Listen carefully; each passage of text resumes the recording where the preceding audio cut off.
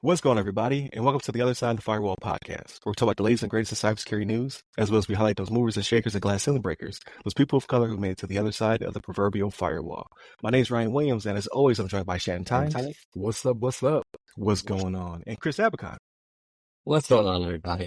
There it is. Definitely continue to tune in to the episodes if you have not already.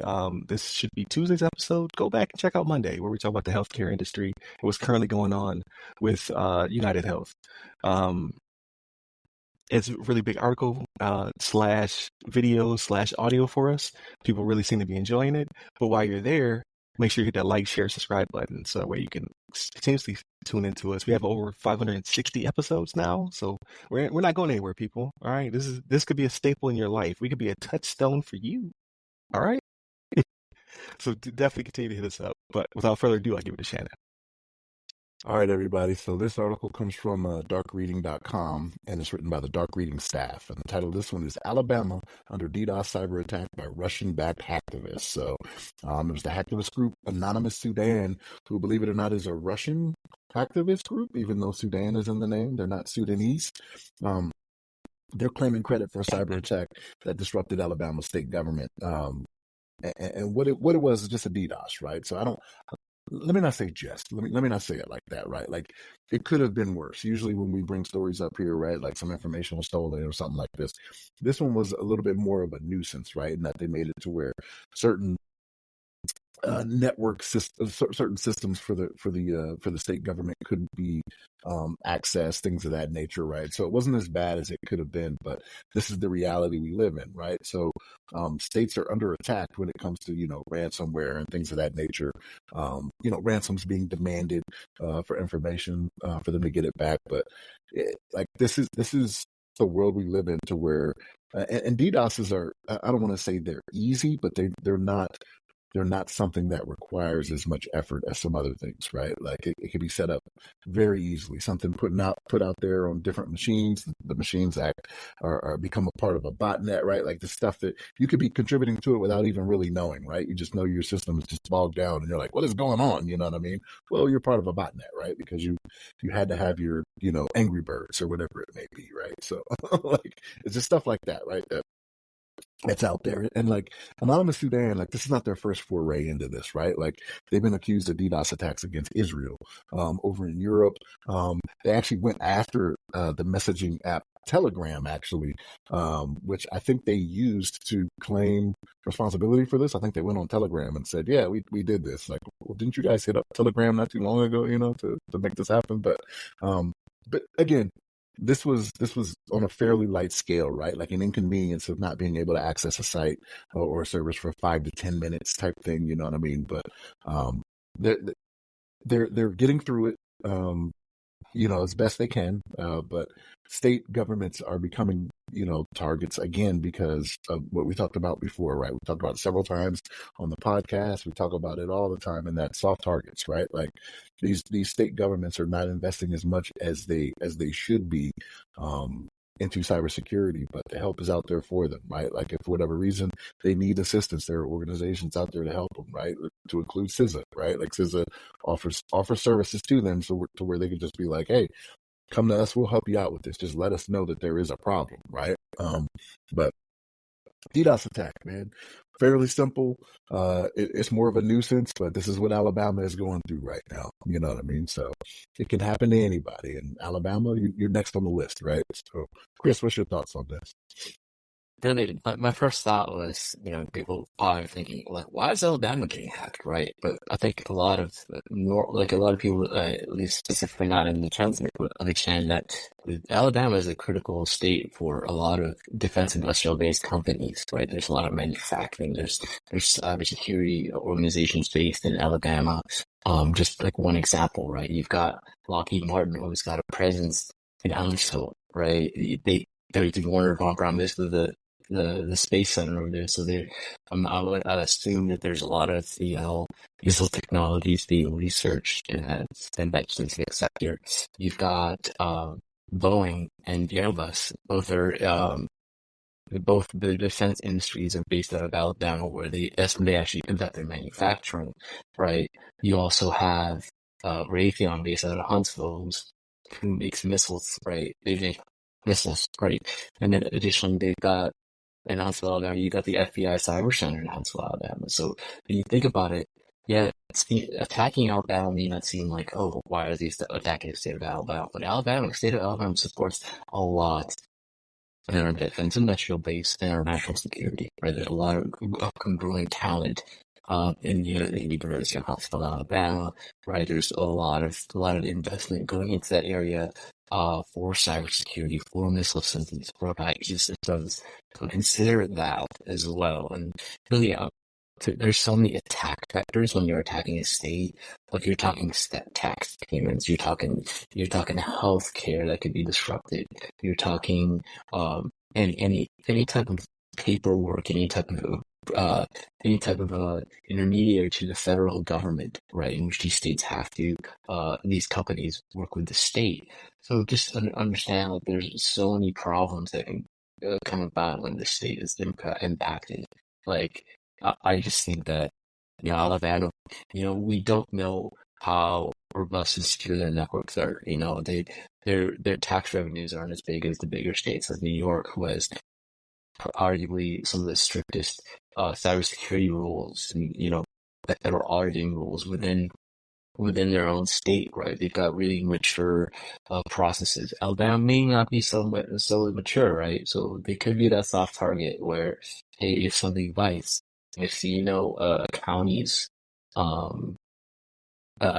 payment systems could be down, like people won't be able to do their taxes or receive, maybe if they're on a state pension system, they won't be able to receive their payments, right? So it's going to hit them where it hurts. They're going to attack soft targets. They're going to attack valuable targets.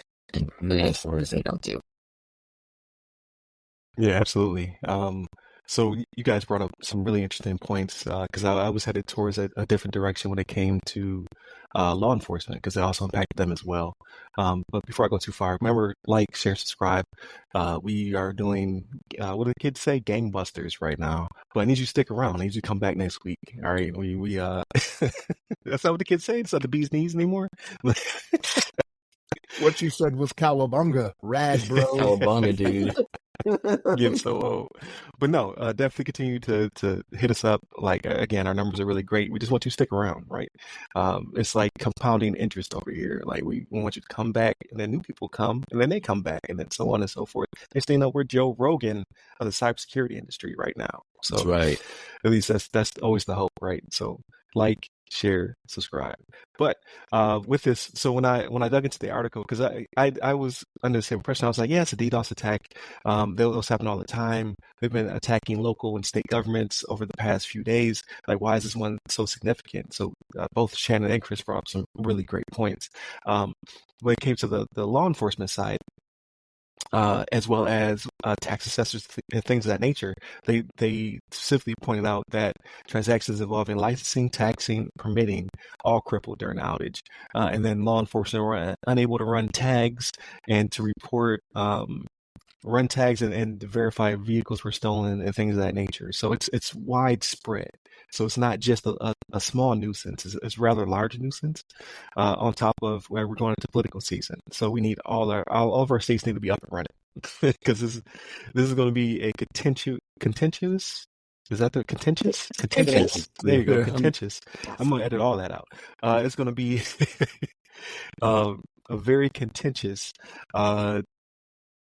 election season. Like, be honest with you, like, especially coming off the back of January 6th and all other stuff. Like, we need all the states to be as accessible as possible for people to feel as though their vote counted. We just need people to be able to just do their civic duties without too much disruption, so we don't fall into utter chaos. And that's what they want, right? That's why we're being attacked so frequently. They want the U.S. to kind of tear itself apart. Like, it's not me just being a conspiracy guy. It's literally doctrine for these other near peers, right? It's very hard to attack the U.S. from the outside because we outspend every other country's GDP by I don't even know, bar none. Like we're just we're the front runners. So how do you get to us? You get to us from the inside. You cause civil disturbance. You pass disinformation, right? And that's why we're so aggressive right now about TikTok, because there's certain they have certain abilities to collect and then use that information against us, and they're not U.S. based. And I'm not going to beat that drum right now. Check us out next episode where we talk way more about that in a discussion. However, it's just to say that they're not just attacking willy nilly. They're attacking for a purpose. They want to disrupt us. They want to make us feel uncomfortable, and they want us to tear ourselves apart from the inside out. So they want to disrupt our elections. They want to cause civil disturbance. They want to make sure law enforcement has as hard of a time as possible. And then they also want our information, because you are a consumable, so to speak. You're the product when it comes to these ransomware organizations. It's business for them. So your records are worth a lot of money. Your social is worth some good money. Your credit card not worth as much, but they'll take that too. Right? Why not? It's a tip. throw that on top of all the above, and then these disruptions just make life that much harder. Now you can't make your transactions, so now you're upset, right? So again, protect yourselves. Be careful. Like Shannon said, you may be part of this disruption, right? Distributed denial of service is a thing, and it's branching not only from botnets made of PCs, but now IoT devices, right? Like your I almost said her name, your speaker of choice, right? Your system of choice may be part of one of these gangs as well. They've recruited her. Or your thermostat, or your baby monitor, so on and so forth. The world's getting weird, so just make sure you're being safe out there, and make sure that you give these people some grace. Like when you call in and wonder why these transactions aren't taking place or why you're unable to access the website, it's bigger than just right. It's a very complex system of just bad people doing bad things across the globe, right? Like there's somebody in Russia has a pseudonym that's Sudanese who's attacking your systems. So just be patient and protect yourself. Don't be part of the problem. So now that I've browbeat the entire audience, please come back, like, share, subscribe. Check us out next week where we'll be nicer to you.